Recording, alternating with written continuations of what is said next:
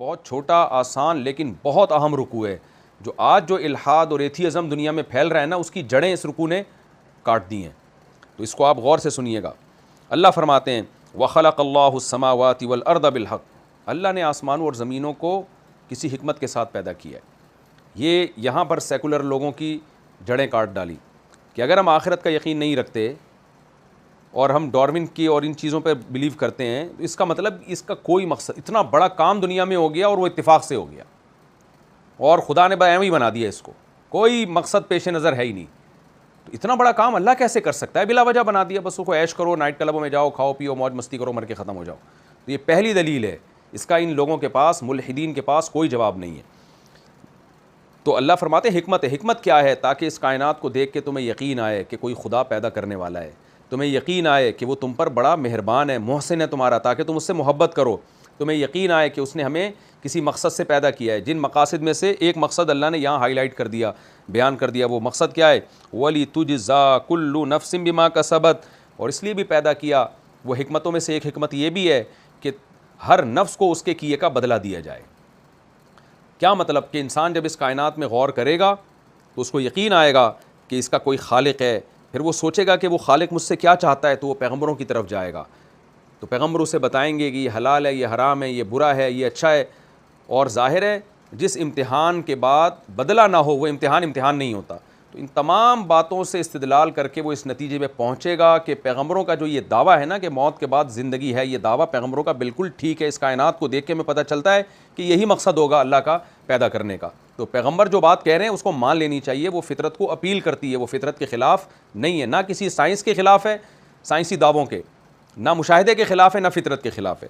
تو اس لیے نتیجہ یہی پہنچے گا، یہاں تک پہنچے گا کہ وہ مانے گا کہ ہر نفس کو اپنے کیے کا بدلہ ملنا ہے. وَهُمْ لَا يُظْلَمُونَ. کیا زبردست دلیل دی ہے قرآن نے کہ اگر نفس کے اچھے کا بدلہ اس کو نہیں ملنا تو یہ بھی ظلم ہے انسان پر. کتنے لوگ ہیں، میں نے مثال دی نا، جنہوں نے 100 انسانوں کی جانیں بچائی ہیں، کیا ان کو بدلہ مل گیا اس نیکی کا دنیا میں؟ ظاہر ہے مل نہیں سکتا. کتنا ایوارڈ دے دیں گے آپ ان کو؟ کتنے لوگ ہیں جو ماں باپ کی ساری زندگی خدمت کرتے ہیں، کیا ان کو اس نیکی کا دنیا میں بدلہ ملتا ہے؟ نہیں ملتا، بلکہ بہت ساری دنیا کی نعمتوں سے محروم ہو جاتے ہیں وہ. تو بہت کچھ ہے، بہت کچھ انسان نیکیاں کرتا ہے، نہیں ملتا. تو اللہ کہتے ہیں میری نظر میں یہ بھی ظلم ہے. کوئی بھی گورنمنٹ جو ہے، جب کوئی گورنمنٹ کے لیے بہت بڑا کام کرے اور گورنمنٹ اس کو فیور نہ دے تو اس گورنمنٹ کو ظالم سمجھا جاتا ہے. تو اللہ کہتے ہیں دنیا میں یہ جب کوئی گورنمنٹ کے لیے کوئی اچھا کرے، اس کو گورنمنٹ بدلہ نہ دے تو لوگ اس گورنمنٹ کو برا سمجھتے ہیں. تو مجھ پہ تم نے کیسے یقین کر لیا کہ دنیا میں کتنے لوگ بڑی بڑی نیکیاں کر کے آئیں گے اور میں ان کو اچھائی کا بدلہ نہیں دوں گا؟ حالانکہ اللہ کے لیے جائز ہے کہ وہ بدلہ نہ دے، لیکن اللہ کہتے ہیں میں اس کو ظلم سمجھتا ہوں. تو دنیا میں بدلہ نہیں ملتا، یہ آخرت میں ملے گا. لہذا آخرت یقینی ہے، اور یہ میں نے کائنات بنائی ہے بتانے کے لیے کہ تمہارا حساب و کتاب ہوگا اور جو اچھے ہیں ان کو اچھائی کا بدلہ ملے گا. کیونکہ ایسا ہو نہیں سکتا کہ جس شخص پہ بھی کوئی نیکی کرے اور اس کو اس کا بدلہ نہ دیا جائے. افرأیت من اتخذ الہہ ہواہ، کیونکہ یہ والا پورا رکوع ہی ایتھیس لوگوں کے خلاف ہے جو بار بار کہتے ہیں ہمارا کوئی خدا نہیں ہے، ہمارا کوئی معبود نہیں ہے. تو اللہ نے فرمایا ہر ایک کا معبود ہے. جو کہتے ہیں نا ہمارا معبود اللہ نہیں ہے، تو خواہشات اس کے معبود ہیں. آپ دیکھ لو یہ آج کل جو دنیا قانون سازی کرتی ہے اپنی خواہشات کو سامنے رکھ کے کرتی ہے. انہوں نے زنا کو لیگل کر دیا کیونکہ ان کا خود زنا کرنے کا دل کرتا ہے. شراب کو لیگل کر دیا کیونکہ خود شراب پیتے ہیں. تو اس کا مطلب آپ جس خدا سے آپ کو پوچھنا چاہیے حلال کیا ہے، حرام کیا ہے، لیگل اللیگل کیا ہے، وہ تو آسمانوں پہ جو اللہ ہے وہ ہے.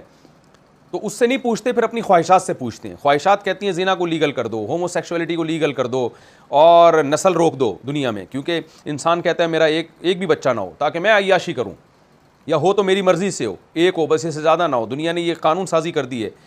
تو عورت کہہ رہی ہے مجھے نسل نہیں بڑھانی، تو پورا فیملی سسٹم تباہ و برباد کر دیا. یہ انسان کی خواہشات کی بھینٹ چڑھ گیا پورا نظام. تو انسانیت جو تباہی کے دہانے پر کھڑی ہے نا، وہ چند انسانوں کی خواہشات کی بھینٹ چڑھنے کی وجہ سے. سود کا نظام پوری دنیا میں رائج ہو گیا. وجہ کیا ہے؟ چند انسانوں کے مفاد اس سے وابستہ ہیں، لیکن انسانیت کا بیڑا غرق ہو رہا ہے. تو یہ قرآن کے واضح الفاظ ہیں کہ بھلا اس شخص کو آپ نے دیکھا جس نے خواہشات اور اپنی پسند کو جو ہے معبود بنا لیا ہو. تو یہ جو کہتے ہیں نا میں گاڈ لیس ہوں، یہ سب جھوٹ ہے. اگر خدا اصل کو آپ نے خدا نہیں بنایا تو آپ جھوٹوں کو خدا بناؤ گے، خواہشات کو خدا بناؤ گے. اور اللہ فرماتے ہیں یہ سب سے بڑے گمراہ ہوتے ہیں وَأَضَلَّهُ اللَّهُ عَلَىٰ علم، یہ وہ شخص ہے جس کو علم کے باوجود اللہ نے گمراہ کر دیا، کیونکہ یہ عقل بہت استعمال کرتے ہیں، تو عقل بھی ہے ان کے پاس، ان کو صحیح نالج بھی ہے، پتہ ہے کہ ہم جو بات کر رہے ہیں وہ غلط ہے، اس کے باوجود اللہ نے ان کو گمراہ کیا ہے، کیونکہ یہ زیادہ تر پڑھے لکھے لوگ اس برائی میں مبتلا ہیں۔ تو کیوں گمراہ کیا؟ ضدی، تکبر اور ہٹ دھرم، تو اس بیس پہ اللہ نے ان کو، دیکھیں گمراہی کے دو اسباب ہوتے ہیں، ایک علم نہ ہونا، ایک علم ہونے کے باوجود تکبر کی وجہ سے، جیسے شیطان جو گمراہ ہوا ہے نا وہ کم علمی کی وجہ سے نہیں، کبر کی وجہ سے، حسد کی وجہ سے، تو اللہ فرماتے ہیں ان کو اللہ نے علم کے باوجود گمراہ کر دیا، وختم علی سمعہ، ان کے کانوں پر مہر لگا دی ہے، دلوں پر مہر لگا دی ہے، آنکھوں پہ پردہ ڈال دیا، یعنی گمراہی کے جتنے اسباب ہوتے ہیں اللہ نے ان کے لیے پیدا کر دیے، جانتے بوجھتے ہوئے بھی جب انہوں نے ہدایت کو فالو نہیں کیا تو اللہ نے بھی ان کو اندھا بہرا بنا دیا، اب ان کو حق سمجھ میں آئے گا ہی نہیں۔ فَمَن يَهْدِيهِ مِن بَعْدِ اللَّهِ، تو اللہ کے بعد اب ان کو کون ہدایت دے سکتا ہے؟ تو ان کو چاہیے کہ اب اللہ سے ہدایت مانگیں، اب تکبر ختم کریں، تو اللہ کے سوا اب ان کو کوئی ہدایت نہیں دے سکتا، کسی انسان کے بس میں نہیں ہے۔ افلا تذکرون، تم نصیحت حاصل کیوں نہیں کرتے؟ یعنی اللہ عام انسانوں سے خطاب کر رہے ہیں کہ ایسے لوگوں کی حالت کو دیکھ کے نصیحت حاصل کرو کہ جو خدا کے وجود کے منکر ہیں اور کہتے ہیں کہ یہ کائنات بیکار پیدا ہوئی، وقالوا ما هي الا حیاتنا الدنیا، یہ خدا کے وجود کے بھی منکر ہیں، جب خدا کے منکر ہیں تو آخرت کے بھی منکر ہیں، تو آخرت کے انکار میں دلیل کیا دیتے ہیں؟ ان ہی الا حیاتنا الدنیا، نہیں ہے یہ مگر دنیا کی زندگی اور کچھ بھی نہیں ہے، نموت و نحیا، ہم مرتے بھی ہیں اور زندہ بھی ہوتے ہیں، وما یہلکنا الا الدہر، ٹائم ہے جو ہمیں پیدا بھی کرتا ہے اور موت بھی دیتا ہے۔ تو یہ یعنی وہی ڈارون کا 100% وہی نظریہ کہ یہ سب زمانے کے تصرفات اور تغیرات ہیں جو ہمارے ساتھ ہو رہے ہیں۔ اللہ فرماتے ہیں وما لہم بذلک من علم، کتنی شاندار دلیل دی ہے قرآن نے ان کے رد کرنے پر، وہی دلیل جو آج جو لوگ جو اسکالر ایتھیزم کے خلاف دلائل دیتے ہیں، بھئی تمہارے پاس اس دعوے کی کوئی دلیل نہیں ہے، تم جو کہہ رہے ہو خود بخود ہوا ہے، یہ بھی تو ایک دعویٰ ہے نا، اس کی کیا دلیل ہے تمہارے پاس؟ ہمارے پاس تو دلیل ہے، وہ دلیل کیا ہے کہ پیغمبر جن کی نبوت کے برحق ہونے کے دلائل معجزے قائم ہیں، ایک پوری شریعت دے کر گئے، 1400 سال پہلے ایک کتاب دے کر گئے جو آج تک محفوظ ہے، حلال و حرام کی تعلیم دے کر گئے جو پوری دنیا میں اس کو سب سے زیادہ فالو کیا جاتا ہے، اسلام کے برحق ہونے کے تو بے شمار دلائل ہیں۔ تم جو دعویٰ کر رہے ہو کہ ہم بندر سے انسان بنے اور آٹومیٹیکلی خود بخود یہ ہو گیا، اللہ فرماتے ہیں ان کے پاس اس کی کوئی دلیل نہیں ہے، آخرت کے انکار کی بھی کوئی دلیل نہیں ہے۔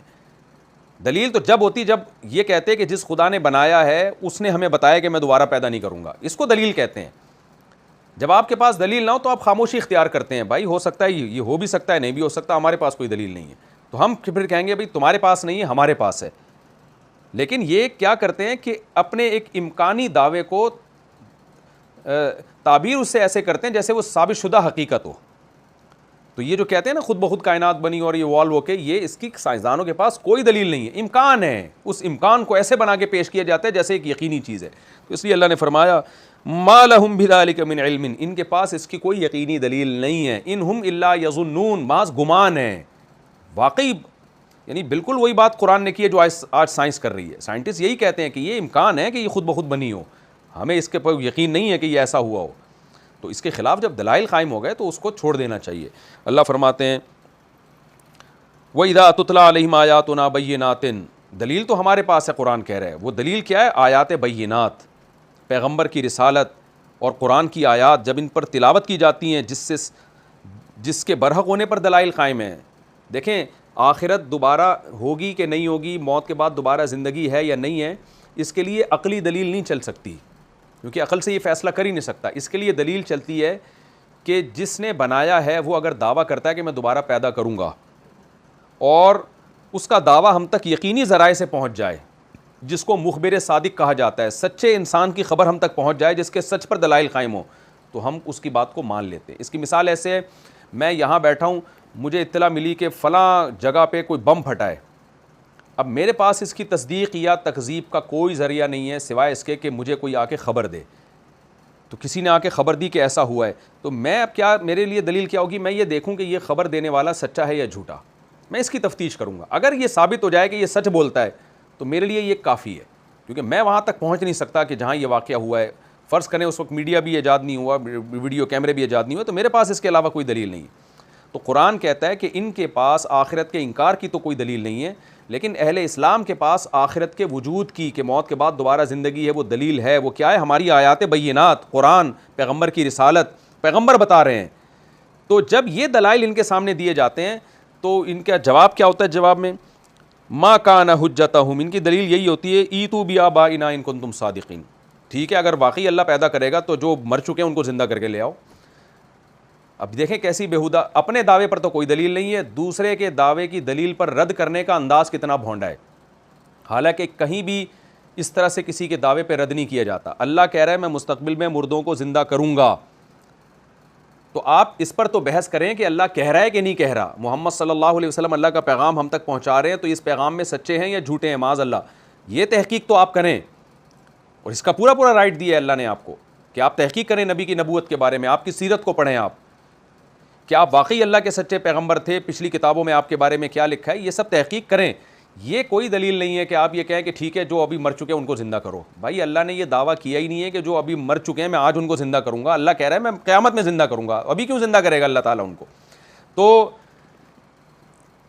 یعنی ان کے پاس کوئی دلیل ہے نہیں اور سامنے والے کی دلیل کا ان کے پاس جواب نہیں ہے، تو اللہ نے اگر ابھی ہی زندہ کرنا ہوتا تو پھر تو مشاہدہ کا علم ہو جاتا نا، پھر غیب کا علم تھوڑی ہوتا، جو مرا اللہ اس کو زندہ کر کے دکھا رہے ہوتے، پھر اتنے دلائل دینے کی ضرورت کیا تھی؟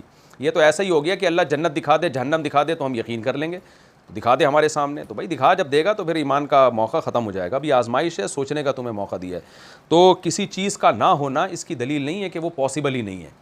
ایک شخص کہہ رہا ہے کہ میں فیوچر میں یہ کام کر سکتا ہوں، تو آپ کہیں کہ ماضی میں تم نے کیا ہے، تو ہو سکتا ہے ماضی میں نہ کیا ہو، وہ دعویٰ فیوچر کا کر رہا ہے، ہو سکتا ہے اس نے ماضی میں نہ کیا ہو، تو ماضی میں کسی نے کام نہ کیا ہو تو اس کا بھی امکان ہے کہ فیوچر میں ہو سکتا ہے نہ کر سکتا ہو، اس کا بھی امکان ہے کہ فیوچر میں ہو سکتا ہے وہ کر سکتا ہو۔